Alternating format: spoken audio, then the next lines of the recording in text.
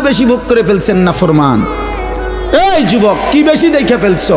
পরের নর্তকী দেখো, মোবাইলের উলঙ্গ ছবি দেখো, ওই তোমার মা।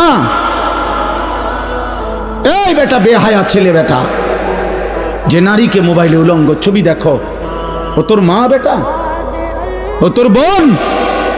তোর মাকে এমন উলঙ্গ কেউ দেখুক? একটা নির্লজ্জ বেহায়া বল, এখন দাঁড়ায় বল বেটা, তোর মাকে দেখুক উলঙ্গ, তোর বোনকে দেখুক বিবস্ত্র, তোর মেয়েকে কেউ উলঙ্গ দেখুক?